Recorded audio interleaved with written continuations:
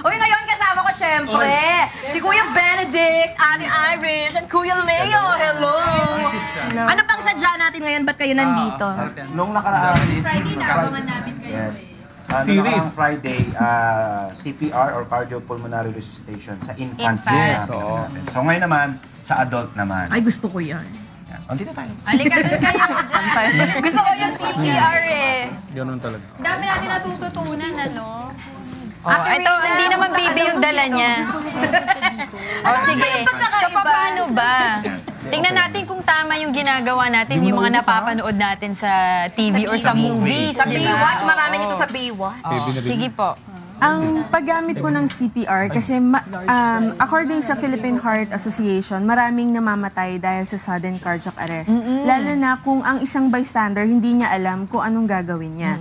So, ang ituturo namin is bystander CPR. Iba po ito dun sa training ng basic life support. Ito is yung simplified na kahit sino pwedeng gawin. Okay, so ang idodemo niya is kung nakita niya ang isang tao na nahimatay, at parang hindi humihinga, ayan, ipapakita po ni Sir Leo. Ay, Saan ba? dito. Yes, Kailangan ihiga po siya sa flat surface. Pag na-witness po o nakita natin na walang malay ang isang pasyente ay isang tao, una pong gagawin natin ay tapik tayo ng shoulder. Tapik po tayo ng ganon. Tapos, pag wala pong napansin natin, hindi siya humihinga, tapos automatic po tayo mag-compression. 30 po yun. 30 compression. Opo. Sige po, So sa i-demo. bystander CPR, dahil ito is simplified na, tuloy-tuloy ka na lang magko-compress hanggang sa dumating ang rescuer. So before compressing, tumawag ka na agad sa 911 UNTV. So ito po ay ginagawa sa cardiac arrest. Iba po ang cardiac arrest sa heart attack. Ayan, nandyan naman sila doktore. Kumbaga, sa heart attack kasi, kumbaga, ang puso natin nagkakaroon pa lang ng lamat. Pero sa cardiac arrest, tuluyan ng huminto. So kaya po tayo nagko-compress. Binobomba natin externally yung puso. So yan, papakita po Saan mo natin. ilalagay yung kamay mo? Sa Ayan. sternum? Sa, di ba kapag tayo naglulupang hinirang dito, kung saan po lumapat yung ating heel of the hand, doon po tayo magko-compress. Okay. Okay. Specifically po, center of the chest. Tuloy-tuloy lang. Tuloy-tuloy lang hanggang sa dumating ang rescue. Paano kung matagal dumating yung rescue? Follow up natin. Okay.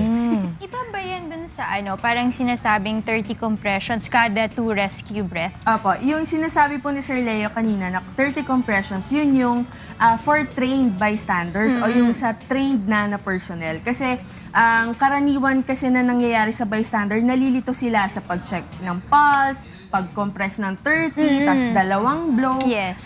Nalilito sila, so sinimplify natin. This is bystander CPR. So Okay. tuloy-tuloy So ka iba lang. siya dun sa may 30 compressions to ventilation. Yes. Yung kasi ay, baga, technical na yon. Ito, ang ini-encourage natin dito, kahit sinong makakita, na gawin ito. Kasi, Kaya. yes. At the same time, kasi kung yan ay, ikaw ay bystander, probably hindi mo kilala yan. So hindi natin in-encourage na magbigay ng ventilation. Kahit na sino pa yan, dahil syempre, alam niyo na. Hygiene. Para lang just to keep the The heart pumping. Kasi nga, di ba, alam ni Doc Bong din yan na importante kasi may golden period na dapat makapag-supply ng blood to the brain.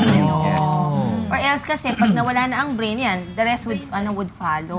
Ma'am, question po, para lang po sa kaalaman ng ating mga tagapanood, paano yung iba? Takot kasi na baka mamaya maka-fracture sila ng rib, ganyan. Ano po ang pwede natin may Kasi advice? binibigyan natin ng prioritize yung puso. Kumbaga, syempre, puso muna. Bago isa-second priority natin yung mabalian natin ng ribs or etc. Ang ano natin dyan, parang ang principle natin dyan, kaysa wala kang gawin, hindi nga nabalian ng ribs, Namatay halimbawa naman. talagang yun ang result talaga, isa sa result talaga ng CPR or ng compression.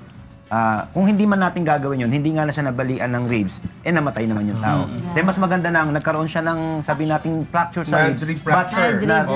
Sa bagay kung adult naman yan, medyo matibay-tibay naman ang rib. So ang goal mo dyan talaga ay to simulate the pumping of the heart so that the blood will flow to the brain. So parang manual pumping yun. O sige, pakita natin yung, yung actual. Yan. So kung makikita nyo, Tuloy-tuloy lang. straight yung elbows niya. Okay. Okay, yung bigat mo, binibigay mo sa pasyente. Sige Okay. po. Okay. Yan. Oh my. Yan. Tapos kung mapapansin nyo po, nakatingin siya doon sa mukha ng victim or ng patient. Para if ever magkaroon ng reaction, umubo or nagkaroon ng sign of life kung tawagin, pwede na siyang mag-stop. So yun ang magiging ano niya. At ang ano niyan, may tanong si Attorney Reggie, paano nga naman kung wala pa yung ano? So meron tayong, kasi kung pagod ka na, hindi, pwede ka na tumigil. Okay. Kung pagod ka na, kung wala pa yung tulong. Pero hanggat kaya mo, at hindi pa Tuloy-tuloy tumatagal lang. yung tulong, tuloy mo Tuloy-tuloy lang. lang. Oo. Kapag kunwari huminga na siya, may sign of breathing na siya, ginagawa pa ba yung side-lying position? Kasi di ba ganun yung after ng CPR, usually sina-sideline niya sila. So ganun din ba yung gagawin sa kanila? Naka-side-lying position? Pwede po yun kasi tama yung sinabi ni Ma'am Rina kasi pwede ka magsuka or pwedeng mahirapan sa paghinga yung pasyente. Kaya tinatagilid natin.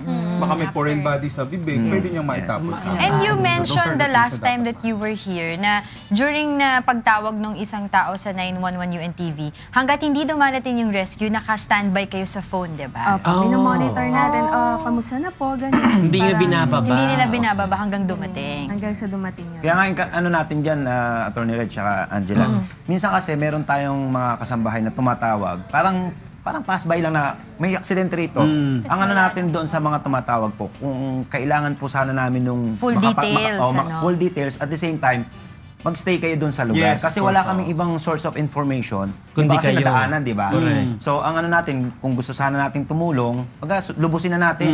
Kasi at least, naging part tayo ng pag-save ng life ng tao, ng buhay ng tao. So, pagka tumawag kayo sa 911 UNTV, asahan niyo po na sana maging kaisa namin kayo. Mag-stay tayo sana, ma-spare namin yung oras ninyo para dun sa tao. Ay, si Attorney Reg daw itatry niya mag-demo. Actually, sasabihin ko, gusto ko. Lagi rin. Ang bilis tumayo, Actually, iniisip ko nga eh. mag-demo ka. Tapos, dito. Mali. lupang hinirang. Doon sa baba. Yan, dyan. Tapos, Parang mataas ba? Di ba mataas pa? Mas mataas po. oh gosh, ang hirap pala. Yung wings galing sa... Parang may carpal tunnel ka. Ang ano mo lang sa kanya, Tony Red, imbis na itong galing sa arms natin, lean forward ka. Yan. Then yung weight mo ngayon ang ibigay mo. Di ba? Mas madali. Mas madali. Tapos yung elbow mo. Ayan. Straight. Force pa. 1, 2, 3, 4. Tapos tingin ka lagi sa mukha ng patient. Okay. Magkano tayo relo Paano mo? tumatawag pa ako sa phone? Nandito yung phone. Magkano tayo relo mo? Kung mapapansin nyo dyan, yung last week doon sa infant, care muna, di ba?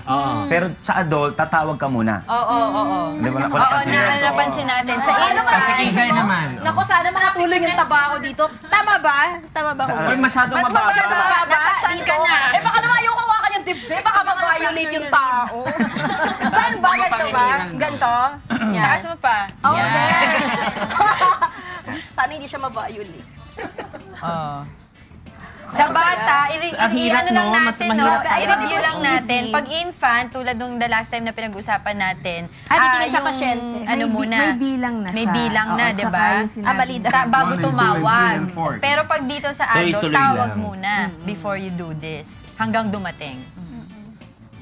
Okay ka na? Okay Ba't ka na? napipi yung ilong ng model? Na-aksidente kasi. May tanong lang ako, Benedict, kasi doon sa mga napapanood natin sa mga movies, pagka naggaganyan nga sila yung CPR, titignan nila yung relo nila, ganyan-ganyan. Ano yung significance nun? Yung time, ano yung interval, meron ba? Iba-iba rin kasi ang procedure. Meron kasi nga ano naman ang procedure na every 2 minutes. Yes. After 2 minutes, mag-check ka Pahinga ng ng pulse. konti. Kaya lang, doon kasi yun yung sinasabi natin, medyo kailangan natin pag-aralan na. Saan ba yung checking ng pulse? Saan ba yung Yun, point dito. kung saan? So, Babalikan mo kami doon. yes, tinuturo yan, lalo na sa proper Pagka yung training boy sa talaga. training. So, malalaman natin. train Benedict, kasi po yun. naalala ko kapag Pero pagka magsi-CPR ka, sabay-sabay di ba po, kailangan focus naka-head tilt din siya, chin up, parang gano'n. Kasi parang mas diretso daw yung daluyan ng air passage mo. Pag dito ba, hindi na ginagawa yun? Usually, ginagawa natin yung head tilt chin lift pagka mag-a-apply tayo ng ventilation. Okay. Pero So, kung pag dito wala, compression okay only, lang. CPR lang tayo, Okay na yan. Okay. okay na yan. Mention nyo natin, di ba may tinatawag na ABC, airway, Breathing rate, and circulation. circulation. So, Yun. here, ang ina-advise daw, since hindi mo nga kilala yung yung patient. So hanggang ano muna, hanggang Compression lang. Wala ang punto mo, at least may ginawa ka kaysa yung nanonood ka lang, bibidyo ng tao, di ba? O sige, may nakita ko. Benedict, i-promote mo ulit yung Yun, ating 911 sa mga UNTV. kasambahay po natin, tawag lang kayo sa 911 UNTV. Yung UNTV po ay kakatumba siya ng 8688. 911 8688. Pero mas madaling tandaan si 911 UNTV. Yung gusto kong may tanong ngayon, since the time we promoted your emergency hotline natin, ilan na ang tumatawag? Ngayon nagre-range tayo ng iba-iba rin kasi ang tawag eh. Pero kung sa emergency, ang kainaman hindi mataas ngayon. Okay. Lalo na sa road accident, bumaba po ngayon dahil siguro na nila yung pag-iingat. Mga But dapat gawin. hindi tayo bumababa sa isang linggo, hindi tayo bumababa sa 4 na tawag. 4 ng concern. Hindi man natin matakbo lahat kasi Yes. yung area of responsibility natin. Malayo, But itinatawag natin doon sa mga nearest rescue unit. Okay, ayan. Maraming salamat again. Ito kay Sir Leo De Magante Ashis, isa siyang certified emergency medical responder. And of course, kay Miss Irish Martinez, registered nurse, emergency medical technician. Of course, kay Benedict Galasa. The one and only. Dinuruan tayo ng cardiopulmonary resuscitation or CPR for adults. 911 UNTV, don't forget. Thank you. Thank you. So, buhay na siya. Buhay na, yeah! Hello, yay! Wala pa siya